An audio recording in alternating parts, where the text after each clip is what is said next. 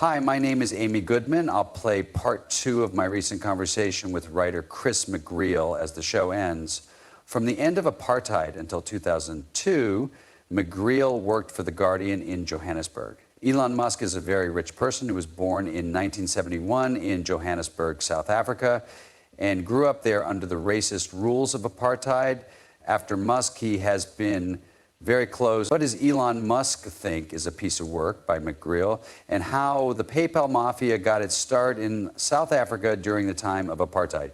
First, I asked Chris McGreal to talk about Musk's grandfather, Joshua Haldeman. Joshua Haldeman, Musk's grandfather, goes to South Africa in 1950. This is around the time when racism starts to take hold. The first rules were made in the 1950s. Before apartheid, South Africa had laws that were unfair to black people, but apartheid laws were much worse. They reminded me a lot of the Nuremberg laws that the Nazis used against Jews in the 1930s. It was against the rules for black people to work in some places and limited where they could go and how they could move. Things were already bad, but Trump's actions have made them even worse. When Elon Musk gave the Nazi salute, do you mean? The 1913 Land Act meant that most black people in South Africa had already lost their land.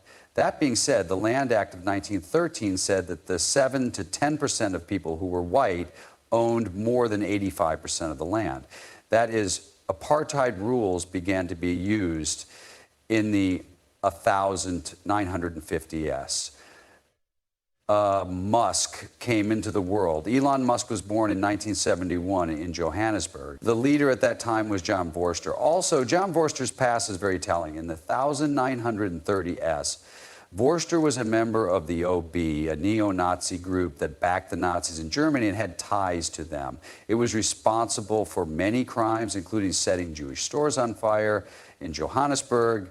What do we want to talk about? In the 1930s, or more precisely in the late 1930s.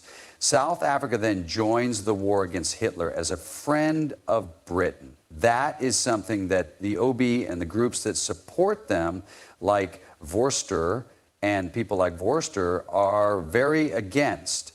They talk to German military intelligence, and OB talks to them too. They want to kill South Africa's Prime Minister, Jan Smuts, and get the government to support Hitler. That plan can't work because the Germans won't give up the weapons they need. In 1942, though, John Vorster talks, he would go on to become prime minister. He also talks about the way they did it, which was based on the idea of Christian nationalism. He says it's the same as fascism and Nazism. And Christians in South Africa believe it too. All of this is against freedom. It doesn't matter. Before Elon Musk was born, his father was the leader of South Africa. Elon Musk's political ideas and the way he is taught are both based on Christian nationalism. So show us how Elon Musk's grandfather and father got rich. Musk's grandfather got rich by going to South Africa in the 1950s. Musk moved there in the 1950s. Yes, he is Elon Musk's grandfather. He's not doing very well with his money. He doesn't even have much cash on him. But Elon Musk's dad, Errol Musk, is the real businessman. He mostly gets rich by putting money into Zambian emerald mines. At that time, things were really bad in Southern African mines. During the 1960s and 1970s, a lot of people died, and things were very bad. But they did get very rich. Musk also lived a life that can only be described as neo-colonial. If you were white in South Africa at the time and had money, you lived in huge houses with maids who took care of you. We can see how much money Errol Musk had after he and Elon's mother broke up. She explained that he had a lot of money by saying, well, he owns a yacht, a jet, and a few houses. In public, did Elon Musk's grandfather say that he supported Vorster? In any case, he kept saying that he backed apartheid. He said that was the reason he had moved from Canada to South Africa in 1950 to help the country. After a few years, the grandpa finally dies in a plane crash. However, Elon Musk's grandma lived for a while after Vorster died, so no one knows how she really felt about him, but they both supported the apartheid system very much. The people you were talking about moved to South Africa with Elon Musk's mom, but talk about how they began in Canada. South Africa has nothing to do with the grandparents. They were born and raised there. In the 1930s, the grandfather Joshua Haldeman is in charge of the American Movement Technocracy Incorporated in Canada. And technocrats, who are often rich businesses, want to take over the U.S. government. Instead of democracy, this is what Technocracy Incorporated is all about. Because of FDR's victory, the New Deal, and the big changes he brought to the U.S., that's one reason. From Canada, they would help start a coup against FDR. There was more than one part to this plan to get rid of Canada's government. That group is led by Haldeman. It sounds more and more like fascism in the 1930. Their gray clothes start to look like the black and brown shirts that the Nazis wore. The movement is then banned when Canada and Britain joined the war against Germany in 1939, since it is clear that they back Hitler. Then Haldeman is caught and charged. He is Elon Musk's grandpa. Elon Musk's grandpa has been caught and charged. His house is searched and found to have material for and against the Nazis. Someone puts him on a watch list for the rest of the war because they think he might fight. He goes to jail for a few months. Yes, he is pretty much seen as a Nazi admirer. A different tourist, he goes to South Africa after about 10 years. The war is over, and he starts a new racist political organization. He also spreads a fake book called The Protocols of the Elders of Zion, for the people who run Zion. That's it. After the war and the Holocaust, it's clear that Canadians don't want that. It's not a political force that works. He then looks down at South Africa. By 1950, the apartheid government had been in charge for 2 years. As Haldeman looks at it, he thinks, that's just my kind of place. He had been trying to build this kind of place in Canada since the 1930s. After that, he and his wife May moved to South Africa and support apartheid very strongly. WAPO should stay away from Angola, and the government should try to get rid of it. South Africa loses the war in the end, though. But you can see that Musk's close friend and fellow PayPal Mafia member, Peter Thiel, was at school in Johannesburg at that time. But at that time, his dad gets a job at a uranium mine near Swakopmund in southwest Africa. Peter Thiel moves there when he is young and goes to school there. SW Africa was not the same as South Africa because it was a German colony until the end of the First World War. South Africa was a British colony at the time, so they were partly responsible for taking care of it. South Africa turns into a country in the 1960 as Southern Africa is kept and turned into a South African colony. A lot of the people who lived there, though, were German. In the early 1990s, when I visited Windhoek, the main street was known as Herman Goering's Strasse. This place wasn't named for the Owambo chief, but for his father, who was in charge of German Southwest Africa. In Swakopmund, things were even worse. It was known for a long time, well into the 1980s and 1990s, as a place where Nazis and Hitler supporters were public. In the middle of the 1970s, the New York Times published a story about a writer who stops at a gas station to fill up his car. The worker gives him the Nazi greeting and says, in Swakopmund, you could buy mugs, flags, and other things with Nazi themes. They held a public party every May to honor Hitler's birthday. But Thiel grew up there because he went to a German school. His dad is a boss at a uranium mine in that area. The uranium mine is interesting because it gave some of the uranium that was used to make the atomic bombs in South Africa in the 1970s. Israel helped make these bombs. It was decided that South Africa would send uranium cake to Israel as part of the deal. We don't know where the yellow cake came from. The uranium could have come from the SWA mine or from somewhere else in South Africa. South Africa sent yellow cake to Israel at the same time because it was also making nuclear bombs. Talk about what Peter Thiel said, too. We're talking about conventions again. I remember Peter Thiel coming out in support of Trump at the first Republican convention. As you may know, we've been writing about gatherings for decades. Peter Thiel has said that his time in Swakopmund, especially the school, which he describes as a very hard place to learn, made him hate the government and become a libertarian. That is an interesting part of all of this for me. People outside of South Africa don't always know that there are two kinds of white people: the Afrikaners, who we've been talking about, and the English-speaking white people who live there in big numbers. The English-speaking people said they were against racism on paper, but they got all the benefits of it. Some of them were really brave, but most of them didn't do much to end racism. But there are people like Musk and Thiel who have done very well and whose parents did very well because of apartheid. But they don't say that they deserve it. They say it's because of the Afrikaners. It's because the government is very right-wing. After that, they have to talk about how their parents did so well after racism became history. They think their success is due to their natural skills, which leads them down this libertarian anti-government road. In essence, they have to show how they gained from apartheid, too, without taking responsibility. Talk about how Peter Thiel and Elon Musk feel about each other, too. In the end, they helped make PayPal. I think they both see the world pretty much the same way. They want freedom. They don't like any kind of DEI. You've seen that, a strong dislike of DEI. The same thing being said about the war on white people in South Africa by South African white groups in the U.S., like AfriForum.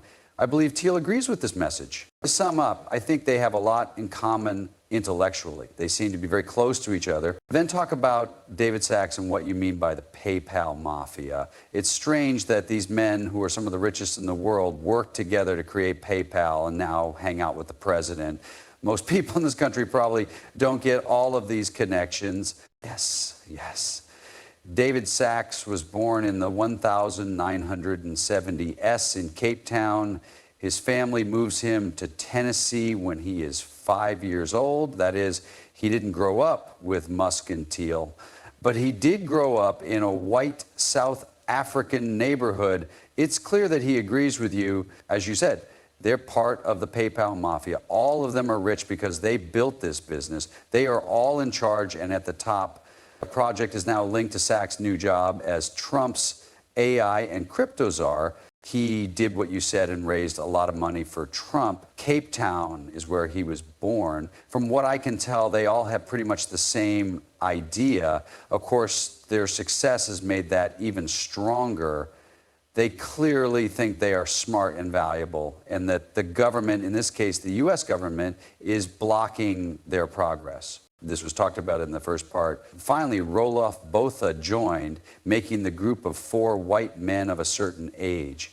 And he used to be connected to the PayPal mafia. He is a part of it, that's true. He hasn't made it clear that he supports Trump. I'm not sure what he thinks about this himself. But his story is very interesting. His grandpa, Pick Botha, was South Africa's last foreign minister during the apartheid era.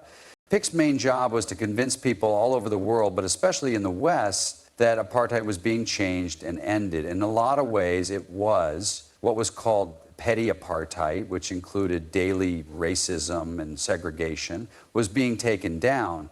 But the political system was making it stronger. At that time, the government wanted to serve different groups of people and give non-white people the right to vote. However, none of those non-white people were black. These were just ideas. There wasn't a black parliament because people were being pushed into the independent homelands, that they weren't South African anymore. Anyway, Pick Botha then tried to say sorry for this way and explain it to everyone. For another thing, he got along well with Republicans. He saw a lot of Reagan here, and everyone loved him. People in Britain thought the same thing about Thatcher. He was the face of racism, which was fine. I remember meeting him during the change from apartheid to democracy. By the end, he was so innocent that he was sure Mandela had to make him foreign minister, but he didn't.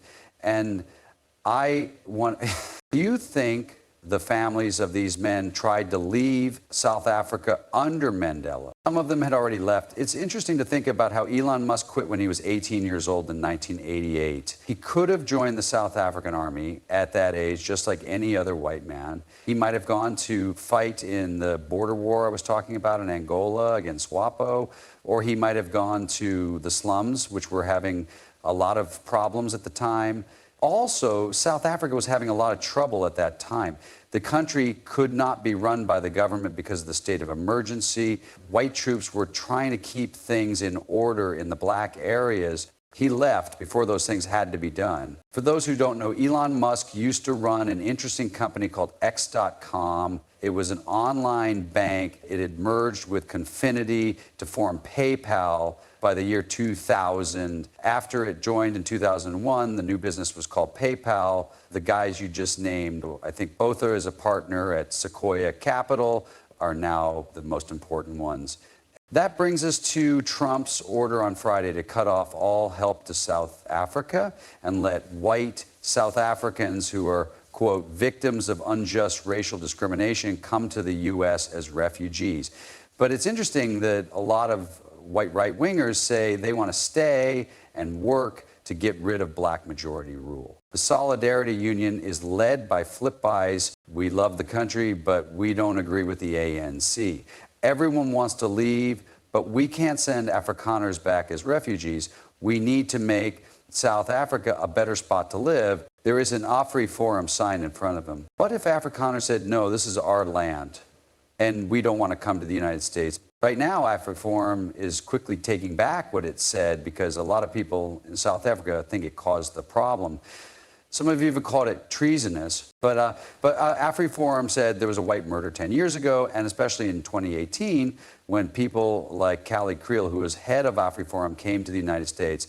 They said there was a fight in South Africa between black people and white people. They basically want to say that the time after apartheid was unfair to Afrikaners, and that they were the ones who were hurt the most. Plus, they're not the only ones who think this way. Afrikaners have been acting like victims ever since apartheid ended. A song called Delare came out in the 1990s. People from South Africa loved it and sang it in pubs and at rugby games. A well-known general named Delare fought the British very hard in the Second Boer War in the early 1900s. The Afrikaners did not win that war, though. This song's main goal is to remind Afrikaners of a time when they were being pushed around and their women and children were dying in British jail camps. Another word that makes me think of this Boer general is bitter eender.